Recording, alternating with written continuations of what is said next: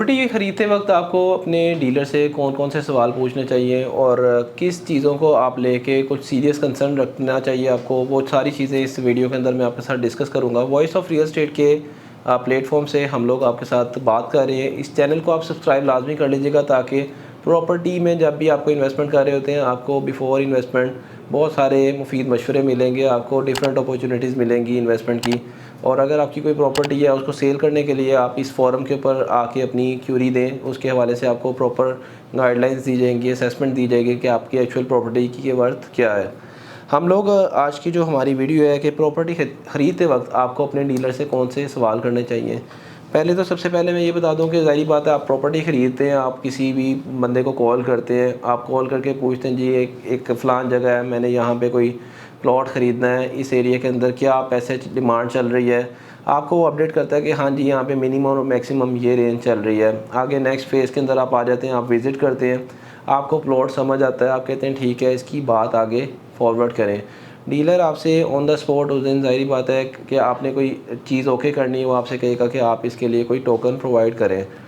अब token provide करते हुए दो चीज़ें होती हैं टोकन, एक कंडीशनल होता है और एक कंफर्म टोकन होता है। कंडीशनल टोकन के अंदर आप लोगों की तरफ से एक लेट्स सपोज चीज़ है 50 लाख रुपए की, लेकिन आप कहते हैं हमें 45 लाख तक ये मिलनी चाहिए, हम लोगों को इतने बजट में सूट करती है।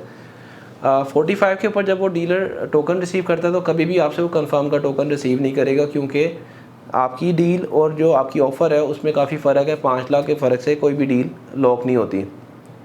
वो कहेगा मैं कोशिश करता हूँ कि आपकी जो है फ़ाइट करके जो अगला बंदा है उसको कन्विंस करने की कोशिश करूँगा, लेकिन ना तो वो आपके भी आपके ऊपर 45 या 50 में आपके कहे बगैर ओके कर देगा, ना आप उसके कहे बगैर आप लोग ओके कर देंगे कि तुमने 50 कहा था 50। वो एक दफ़ा कॉल करेगा आपको, लेकिन इनिशियल स्टेज के ऊपर जब आप कोई बात आगे फॉरवर्ड करते हैं तो आपको इनिशियल स्टेज के ऊपर एक टोकन प्रोवाइड करना पड़ता है जिसे हम कंडीशनल टोकन बोलते हैं। कंडीशनल टोकन आपका रिटर्नेबल होता है, कंफर्म टोकन आपका रिटर्नेबल नहीं होता। जैसा कि आपने लेट्स सपोज एक प्लॉट है उसकी आपने ऑफ़र दी है 45 लाख की, अगला बंदा भी एग्री कर जाता है और अगले बंदे को नेक्स्ट पार्टी को वो टोकन प्रोवाइड कर दिया जाता है।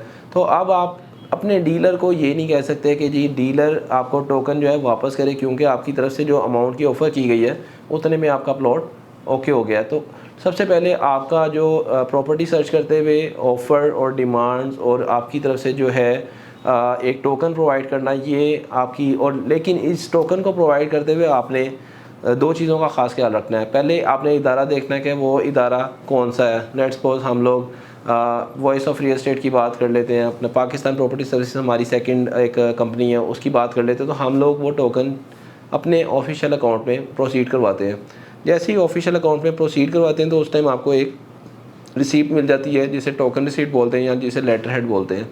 लेटर हेड के ऊपर सारी टर्म्स एंड कंडीशंस और आपकी तरफ से पेमेंट टाइम और आपकी तरफ से की जाने वाली ऑफ़र, कितने टाइम के लिए आप परचेज़ करना चाह रहे हैं, कितने दिन में आप ट्रांसफ़र लेंगे, सारी चीज़ें आपको मैनेज करनी पड़ती हैं। लेट्स सपोज आपने 45 लाख के ऊपर जो प्लॉट की ऑफ़र दी है वो ओके हो गया है। नेक्स्ट जो स्टेप है वो ये होता है कि उस प्लॉट पे ऊपर बयाना हुआ हुआ है या फिर वो कोई डायरेक्ट सेलर का प्लॉट है। अगर बयाने का प्लॉट है तो बयाना होल्डर के साथ आपका आगे मीटिंग होती है, और अगर आपका डायरेक्ट सेलर है तो उसके साथ आप मीटिंग करके प्लॉट ले लें, या फिर अगर आपको वैसे भी प्रोवाइड किया जा रहा है तो आपने जो आगे नेक्स्ट टोकन प्रोवाइड करना है जिसे हैवी टोकन बोलते हैं, उसके लिए आपने अगेन टोकन प्रोसीड करना है और उसकी अगेन आपने रिसीप्ट लाजमी लेनी है। जैसे ही आपकी हैवी टोकन की अमाउंट प्रोसीड हो जाती है उसके बाद आपका टाइम फ्रेम स्टार्ट हो जाता है। 1 महीने के अंदर आपने रिमेनिंग पेमेंट करनी है। रिमेनिंग पेमेंट के लिए आपने जो ट्रांसफ़र टाइम के ऊपर जो आपने स्टेप्स लेने होते हैं वो आपके बहुत ज़्यादा ज़रूरी होते हैं। जब आप ट्रांसफ़र पे जाते हैं तो उस टाइम आपको दोनों चीज़ें माइंड में रखनी है कि आपने जिस टाइम ट्रांसफ़र अपनी तमाम तरह डॉक्यूमेंट्स की ले लेनी है तो आपने उस टाइम पेमेंट करनी है। सम टाइम उस जगह पे भी एक फुल पेमेंट एग्रीमेंट चल रहा होता है, अगर आप वो भी साइन कर लें तो वो भी आपके लिए बहुत वैल्यूएबल हो जाता है कि आपकी सॉलिड ट्रांजैक्शन हो रही है और उसके अंदर कोई फ्रॉडुलेंट एक्टिविटी नहीं है। अब हम लोग जो नॉर्मल रूटीन के अंदर फर्दर चीज़ें आपको आपकी प्रिकॉशनरी स्टेप्स की बात करें तो कभी भी किसी को पर्सनली टोकन ना प्रोवाइड करें, और लेटर हेड के ऊपर कंपनी का एटलीस्ट आप इवन के सीईओ का नंबर डिमांड कर सकते हैं ताकि जिस इदारे से आपकी डील हो रही है वो आपको डीलर प्रोवाइड करे कि जी हाँ जी ये हमारे ओनर का नेम है और इस जगह पे आप एनी टाइम कॉल करके पूछ सकते हैं। जो प्लॉट आप परचेज़ कर रहे हैं उस प्लॉट को लाजमी विज़िट करें, क्योंकि सम टाइम होता ये है कि एक चीज़ आपको कोट की जाती है और बाद में आपको बताया जाता है कि ये प्लॉट नहीं था जी, एक्चुअल ये प्लॉट था। सम टाइम एक आधा नंबर मार्केट के अंदर आगे पीछे चलता है, लेकिन जिस टाइम आप कंफर्म टोकन पकड़ा देते हैं तो आपको एग्जैक्ट प्लॉट के डॉक्यूमेंट्स आ जाते हैं। प्लॉट के डॉक्यूमेंट्स को आपको वेरीफाई करना बहुत ज़रूरी है। जिस टाइम आपका प्लॉट का टोकन कंफर्म हो जाए तो आप उस सोसाइटी ऑफिस में जाके भी वेरीफाई कर सकते हैं। और बैरियर टाउन के अंदर नॉर्मल रूटीन के अंदर उस फाइल की एक सरचार्ज रिपोर्ट निकलती है, जो कि अगले दिन आप डील करने के या सेम डे के ऊपर आप डिमांड कर सकते हैं। सरचार्ज रिपोर्ट में होता क्या है, ओनरशिप का नंबर होता है, उस फॉर्म का नंबर होता है, उस प्लॉट का नंबर होता है, उसकी रजिस्ट्रेशन नंबर होता है, उसकी टोटल अमाउंट होती है, बैक एंड के ऊपर जो आउटस्टैंडिंग ड्यूज़ होते हैं वो भी मेंशन होते हैं। तो इससे आपको क्या होता है, कंफर्म हो जाता है कि प्लॉट का मालिक वही है और उसी बंदे से हम प्लॉट ख़रीद रहे हैं। और उसके जो बैक एंड पे ड्यूज़ है वो भी आपको डिसाइड करने चाहिए कि ये वाले ड्यूज़ सेलर ने पे करने या बायर ने।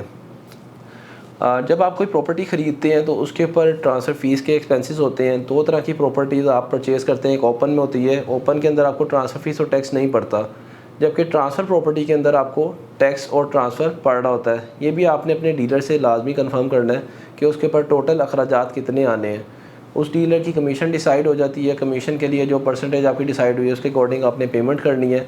मज़ीद अगर आपको कोई फ़र्दर इससे रिलेटेड रिगार्डिंग आपको प्रॉपर्टी ख़रीदते हुए और किन चीज़ों का ख्याल रखना चाहिए, शायद कुछ चीज़ों में मिस कर गया हूँ, लेकिन आप लोगों ने इन सारी चीज़ों को बड़ा केयरफुली डीपली जाके क्वेश्चनिंग करनी है, आपका राइट है, क्योंकि आप प्लॉट ख़रीद रहे होते हैं। और प्लॉट ख़रीदने के लिए वंस अगेन फ़िज़िकल जाके आपने प्लॉट की कंडीशन लाजमी देखनी है कि एक्चुअली उस जगह पे डेवलपमेंट का स्टेटस क्या है, क्या उस जगह पे पोजेसन मिल जाएगा, क्या ऐसा तो नहीं है कोई लिटिगेशन है, कोई लैंड का इशू है, कोई अंडर डेवलप जगह है। तो उस जगह पे आपने एक चीज़ देखनी है कि कितने अरसे से अंडर डेवलप है।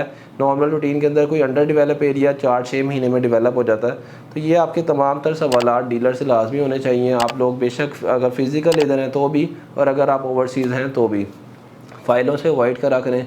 नॉर्मल रूटीन के अंदर जो हमने देखा है आज से 10 साल पहले भी फ़ाइलों के अंदर जिन लोगों ने इन्वेस्टमेंट की थी वो भी स्टॉक हुए, कुछ को अच्छे चीज़ें मिल जाती हैं, कुछ को वैसे जो है उसके अगेंस्ट जो है प्रॉपर्टी के अगेंस्ट वो चीज़ नहीं मिलती या वो प्लॉट नंबर नहीं मिलता। तो काफ़ी लोग 50% हैप्पी हो जाते हैं, 50% लोगों को हमने अनहैप्पी देखा है। मज़ीद आपको कोई भी अपडेट चाहिए हो चैनल को सब्सक्राइब कर लीजिएगा ताकि प्रॉपर्टी से रिलेटेड तमाम तर अपडेट्स आपको टाइमली रिसीव होती रहें। Thank you so much. अल्लाह हाफ़िज़।